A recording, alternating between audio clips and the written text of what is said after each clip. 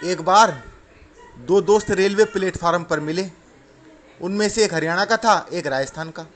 दोनों इंटरव्यू देने दिल्ली जा रहे थे। राजस्थान का मानस सीधा हुए है और हरियाणा का कभी सीधा ही ना बोले है। राजस्थानी बोला, चाय पिएगा के? हरियाणा का बोला, तलब तो ना लाग रही, तू पिलाएगा तो पी लूँगो। राजस्थानी चाय लेने जाने लगा। हरियाणा का बोला, चाय लेने जा रहा है तो एक अखबार भी लेता आई हो। वह बोला, कौन सा लाऊं, हिंदी का अंग्रेजी का?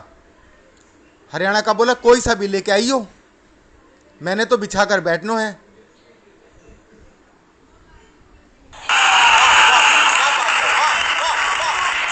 गाड़ी आई, दोनों दिल्ली पहुंचे। स्टेशन से बाहर निकलकर रिक्शे वाले से पूछा, दरियागंज चलेगा, के पैसे लेगा? वह बोला, 100 रुपये। हरियाणा का बोला, जो तू रिक्शे में बैठ जा और मैं चलाऊं तो के लेगा? रिक्शे वाला बोला, हरियाणा का है के? वह बोला, और क्या तेरी तरियां बिहार का समझ रखा है, 100 रुपये लेगा। रिक्शे वाला बोला, मेरा रिक्शा खाली कोन्या, बस में ही चला जा। अब इंटरव्यू देने पहुंचे। एक वैकेंसी थी और कैंडिडेट 100 से ज़्यादा। चपरासी ने आकर बोला, जिसको भी अपने देश की कम से कम 4 भाषाएं आती हो वही रुके। सारे चले गए। हरियाणा का बैठा रहा। राजस्थानी भी उठते हुए बोला, थारे को 4 भाषाएं बोलनी आती है के? हरियाणा का बोला, आती तो ना, पर ये 4 भाषाओं में के काम करवाएगा ये तो मैं जानकर ही जाऊंगा, वहाँ मेरी पूंछ पाड़ लेगा के? मैनेजर ने इंटरव्यू के लिए अंदर बुलाया। हरियाणा का गेट खोलकर सीधा अंदर जाकर बोला, कुर्सी पे बैठ जाऊं के? मैनेजर बोला, हरियाणा का है? बोला, हाँ। वह बोला, फिर तो बैठे बिना थोड़े मानेगा, बैठ जा। मैनेजर बोला, थारे को 4 भाषाएं आती हैं, सुना? हरियाणा का बोला, अंग्रेजी में कहते हैं आई लव यू, गुजराती में बोले तने प्रेम करूँ छू, बंगाली में कहते हैं अमी तो माँ के मालोबाशी, और पंजाबी में कहते हैं तेरी तो तेरे बिन मर जाना, मैं तेनू प्यार करना, तेरे जियो नहीं लवणी ओ साथी हो।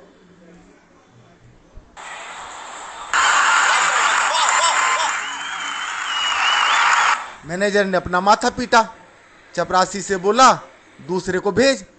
चपरासी बोला, सब चले गए, बस यही बचा है। हरियाणा का बोला, जब अकेला मैं ही बचा हूं तो मेरा ही इंटरव्यू ले ले, शायद तेरी किस्मत जाग जाए। मैनेजर बोला, अच्छा ये बता, पीछे ना देखियो, तेरे सर के पीछे जो दीवार है उसका रंग कौन सा है? हरियाणा का बोला, जो तेरी आंखें देख रही वही रंग है। मैनेजर बोला, ऊपर ऑफिस तक कितनी सीढ़ी चढ़कर आए हो? वह बोला, जितनी तूने गिन राखी उसमें 1 सीढ़ी ज़्यादा चढ़ा। मैनेजर बोला, मैंने तो 20 गिनी हुई हैं, 21वीं तू कौन सी चढ़ के आ गया? वह बोला, इतने अच्छे ऑफिस में इंटरव्यू देने वाला अपने खानदान में मैं एक लौता हूँ, आज 1 सीढ़ी तो ज़्यादा मैं वैसे ही चढ़ गया। मैनेजर बोला, ठीक है तुम जा सकते हो, तुम्हें नौकरी पर नहीं रखा जाता। वह बोला, ये तो मुझे पहले ही पता था, तभी तो 2 सीढ़ी ज़्यादा ना बोली, मुझे पता था आज सिर्फ इंटरव्यू होगा, नौकरी ना मिलेगी। पर एक बात बता, जब तेरे को 4 भाषाओं का ज्ञानी चाहिए था तो तूने अखबार में जो वैकेंसी निकाली वहाँ में क्यों ना लिखा? अब आने जाने का किराया क्या तेरा बाप देगा?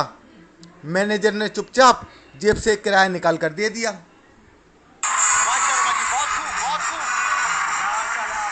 देखो जी, हरियाणा का छोरा इंटरव्यू बिल्कुल निडर होकर देवे है और कॉन्फिडेंस से देवे है। एक हरियाणा का छोरा फौज में भर्ती होने चला गया। वो हकलाता था, फिटनेस में पास हो गया, दौड़ में भी पास हो गया। ऑफिसर ने पूछा, फौज में क्यों भर्ती होना चाहते हो? हरियाणा का बोला, एक एक एक एक। ऑफिसर बोला, एक एक दुश्मन को चुन चुन कर मारोगे? वह बोला, ना, दौड़ लगा कर आया हूँ, 1 मिनट सांस तो ले लूँ। ऑफिसर बोला, तुम तो हकलाते हो। वह बोला, हमेशा नहीं हकलाता, जब बोलता हूं तभी हकलाता हूं। 5 मिनट बाद ऑफिसर बोला, अब बताओ फौज में भर्ती क्यों होना चाहते हो? वह बोला, दे दे दे दे। ऑफिसर बोला, देश की सेवा के लिए। हरियाणा का बोला, देखने के लिए फौज कैसी होवे है। ऑफिसर बोला, घर आ जा, 26 जनवरी को टीवी में देख लियो। कुछ भी कहो जी, हरियाणा का मानस कॉन्फिडेंस में पूरा होवे है। एक बार हरियाणा का छोरा कार चलाता हुआ जा रहा था, वाको नाके पर पुलिस ने रोक लिया। पुलिस वाला बोल रहा, तूने पी तो ना रखी? हरियाणा का छोरा बोला, ना। पुलिस वाला बोला, सच बोल, नहीं तो मशीन में फूंक मारती पता चल जाएगा तूने पी रखी या ना। वह बोला, ना पी रखी। उसके कॉन्फिडेंस को देखकर पुलिस वाला बोला, अच्छा जा। वह बोला, अच्छा जाके होवे, अब तो मैं फूंक मार कर ही जाऊंगा। पुलिस वाला बोला, निकल ले, और दूसरी गाड़ी को चेक करने आगे चल दिया। हरियाणा के छोरे का कॉन्फिडेंस देखो जी, गाड़ी से उतरकर पुलिस वाले के पीछे चल दिया। पुलिस वाला बोला, मेरे पीछे क्यों आ रहा है? वह बोला, मशीन में फूंक मारने से कैसे पता चल जावे पी रखी या ना पी रखी? मैंने मशीन में फूंक ना मारी कभी, आज तो फूंक मार कर ही जाऊंगा। आज मैं तुम्हारी पत्नी बोली सुनते नहीं को थोड़ा आराम देता हूं और अपनी ताजी ताजी लिखी गजल का शेर सुनाता हूं। उम्र गुजारी है मैंने अंधेरों में, मेरा घर भी उजालों से भर दो। उम्र गुजारी है मैंने अंधेरों में, मेरा घर भी उजालों से भर दो। चांद सितारों से न होगी ख्वाहिश पूरी, आफताब को बिलाकर चिरागों में रख दो। गजल शेर हो लेखनी मेरे, मैंने अपनी गजल और गीत को एक साथ जोड़ा है। भगवान से जो मैं मांग रहा हूं, उस गीत के एक एक शब्द को मोती की तरह चुन चुन कर गजल के धागे में पिरोया है। ये एक्सपेरिमेंट मैं पहली बार कर रहा हूं, इसमें मैं कितना सफल हुआ इसका फैसला मैं आप पर छोड़ता हूं। आफताब कहते हैं सूरज को। चांद सितारों से न होगी ख्वाहिश पूरी, आफताब को बिलाकर चिरागों में रख दो। गजल शेर हो लेखनी मेरे, प्रेम रस में सरोबार होकर। गजल शेर हो लेखनी मेरे, प्रेम रस में सरोबार होकर। काव्य कविता का करूं आह्वान, मेरी झोली भी गीतों से भर दो। आफताब को बिलाकर चिरागों में रख दो। क्या बात है, जवाब नहीं। पटाखों की हो चटर पटर, पटाखों की हो चटर पटर, रंगों का गुब्बार उठे। पटाखों की हो चटर पटर, रंगों का गुब्बार उठे। हर रोज हो दिवाली मेरी, मेरे जीवन में होली के रंग भर दो। आफताब को बिलाकर चिरागों में रख दो। वाह शर्मा जी, जिंदाबाद। रंग बिरंगे फूल खिले बगिया में।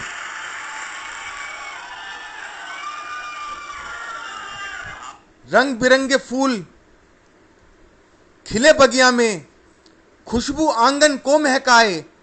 लक्ष्मी जी का वास हो जिसमें, सरस्वती जी ज्ञान बरसाएं। मेरे सारे दुख हर लो, आफताब को बिलाकर चिरागों में रख दो। बहुत बढ़िया, वाह। रहे निरोगी काया हमेशा, रहे निरोगी काया हमेशा। पत्नी हो संस्कारी, रहे निरोगी काया हमेशा। पत्नी हो संस्कारी, बड़ों का आशीर्वाद हो जिसमें, बच्चे हो आज्ञाकारी। ऐसा एक छोटा सा घर दो, आफताब को बिलाकर चिरागों में रख दो।